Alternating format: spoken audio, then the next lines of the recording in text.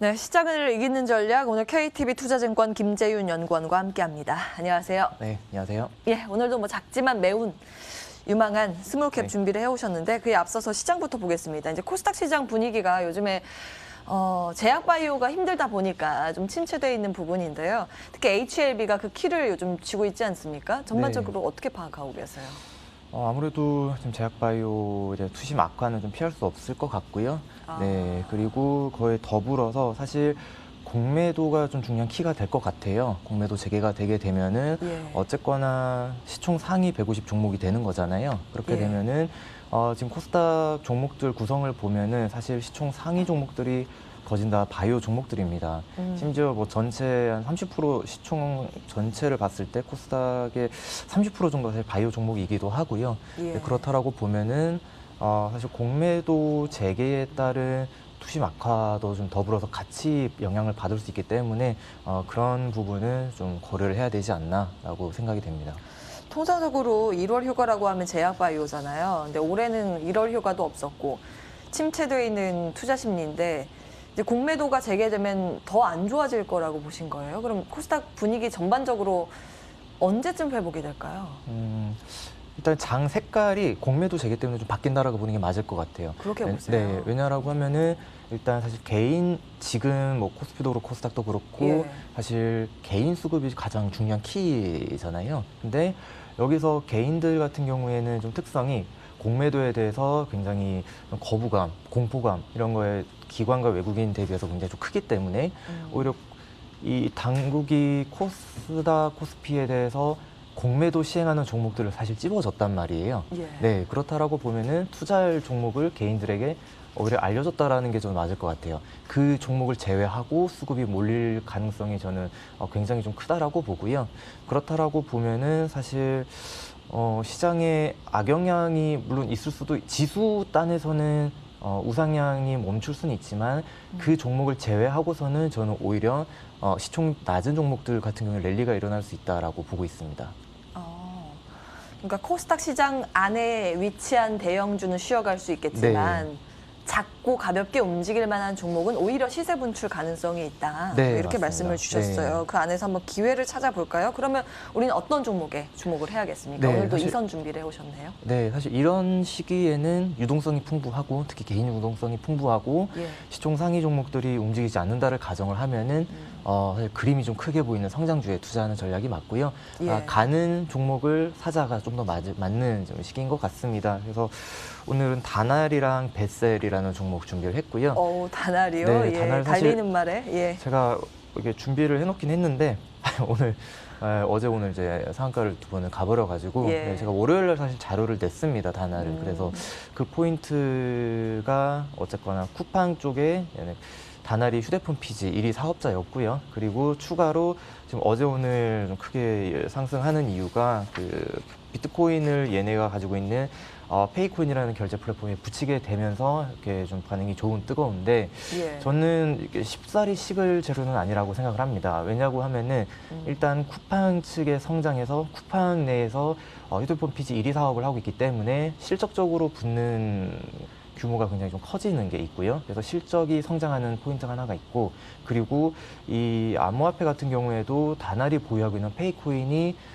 지금 어제 오늘 부각을 받으면서 거의 코인이 거의 2000% 정도 좀 오르고 있습니다. 근데 지금 페이코인 발행량을 보면은 39억 4천 PCI를 지금 발행을 해놓은 상태예요. 그리고 유통 물량 한 10% 정도 되고요. 근데 이론적으로 보자면은 다날이 지금 발행해서 보유하고 있는 페이코인 양이 대략 한 16조 정도 됩니다. 네, 근데 요즘은 시총이 아직 5천억 대니까 아직 굉장히 물론 이론적인 수치긴 합니다만 그래도 아직 좀 업사이드 많이 남았다라고 저는 보이고요.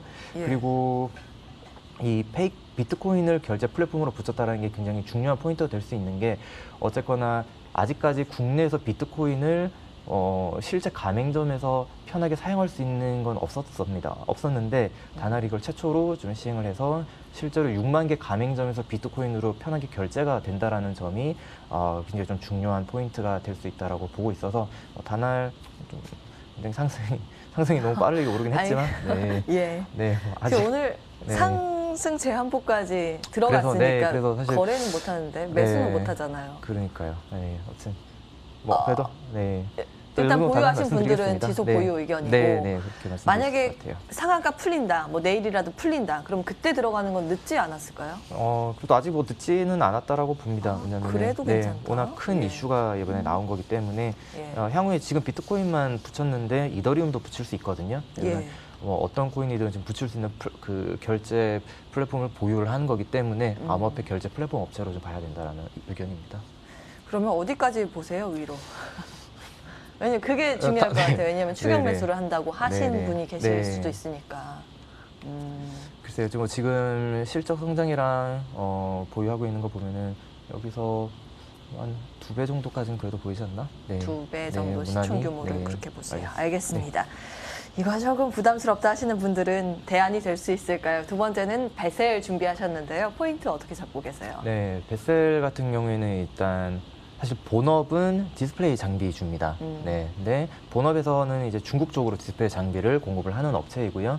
무난히 실적은 나오고 있어요. 그래서 실적적인 안정성을 보유하고 있다라고 보시면 되고, 근데 제가 오늘 말씀드릴 포인트는 UAM 관련주로 국내에서는 거의 코스닥 기업 중에서는 뭐 독보적이다라고 볼 수 있을 것 같습니다. 왜냐하면은 이 베셀이 작년에 당사의 그 항공 사업부를 베셀 에어로스페이스로 떼어내가지고 2023년 상장을 목표로 지금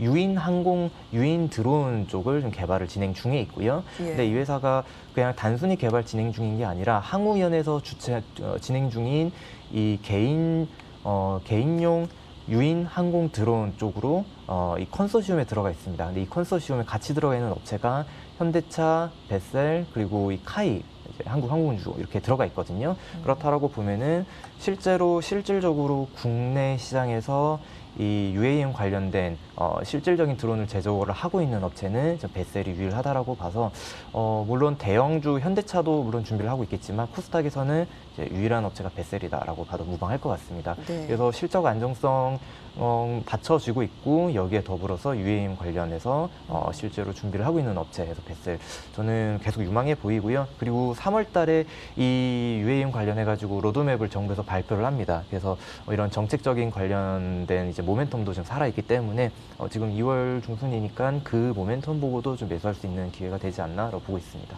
2월 중순까지 조금 앞으로 UAM에 대해서 많이 들어보실 겁니다. 이미 많은 분들 알고 계실 것 같고요. 이제 드론을 조금 크게 해서 사람이 탈 수 있는 맞습니다. 개인용 비행체라고 네. 보시면 되겠고 국내에 연관된 기업, 실질적인 뭐 기술력을 가지고 있는 기업들이 있나요? 찾아보실 거의 없어요. 많이 네. 없죠. 네, 맞습니다. 미국이나 중국 쪽에 많이 네, 있죠. 맞습니다. 그래서 사실 국가에서 국책 사업으로 진행을 하는 게 제가 예. 방금 말씀드린 사업이고요.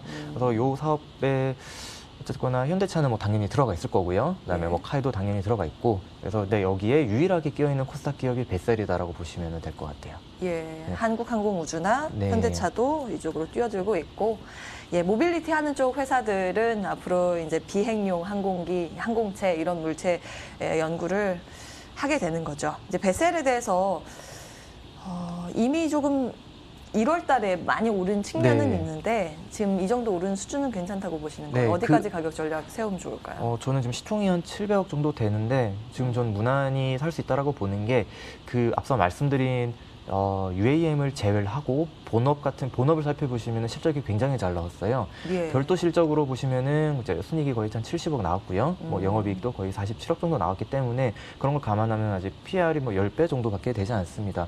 UAM 관련주가 10배다라고 보면은 실적적인 안정성도 굉장히 뭐 좀 무난하게 좀 살 수 있는 기간이다라고 볼 수 있을 것 같아요. PER 10배? 그럼 몇 배까지가 적정하다고 보세요? 지금 제가 말씀드린 PR은 본업 가치가 지금 예. 시총을 지지하고 있다고 보면 될 것 같고요. 여기서부터 UAM 관련된 베슬 에어로스페이스가 추가 시총을 설명해 줄 수 있다고 보고 있습니다. 그래서 여기서 반영이 안 된다고 보시네요. UAM 사업을 하는 베슬 에어로스페이스만큼의 시총을 더 해야 되지 않나라는 판단이고요. 예. 네. 예, 오늘의 종목 달리는 말에 올라타자 다날과 베셀 유망 스몰캡으로 준비를 해주셨습니다. KTB 투자증권 김재윤 연구원과 함께했습니다. 고맙습니다. 네, 감사합니다. 예, 출발마켓도 후반부 오늘 준비된 순서는 여기까지입니다. 시장이 조금씩 힘을 내주네요. 개인의 매수세가 유가증권 시장 쪽으로 붙고 있는데요. 외국인 기관이 매도 포지션이라 이어지는 순서들을 통해서 자세한 전략들 체크해 보셔야겠습니다. 함께해 주신 여러분 고맙습니다.